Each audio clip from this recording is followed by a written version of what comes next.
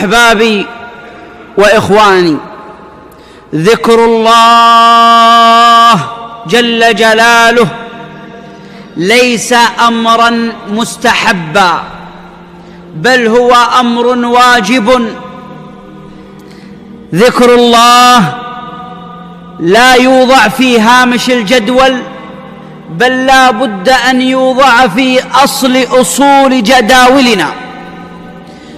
لا يذكر الله إلا الأولياء، ولا ينشغل بالله إلا الأخفياء الأصفياء الأتقياء، اللهم اجعلنا منهم.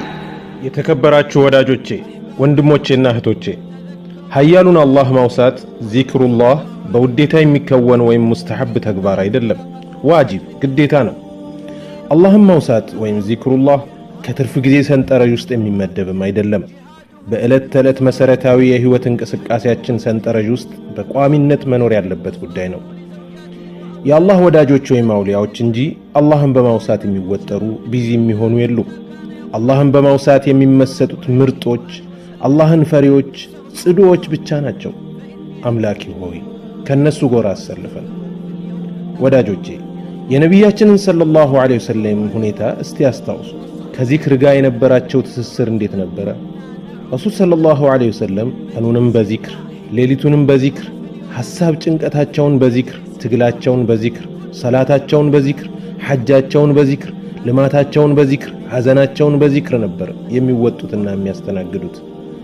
ረሱል ሰለላሁ ዐለይሂ ወሰለም ሚስቶቻቸውን፣ ልጆቻቸውን፣ የልጅ ልጆቻቸውን ጭምር በዚክር ነው ያነጹት።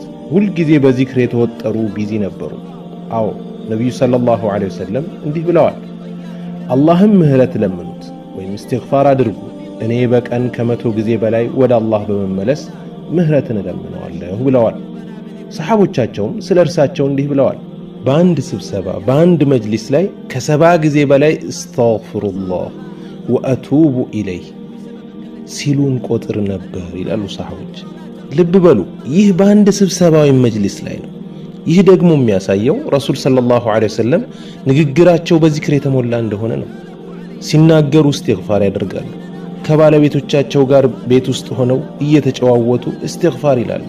ከሰዎች ጋር ተቀማምጠው ሲያወሩ በንግግራቸው ጣልቃ እስትግፋር ያደርጋሉ።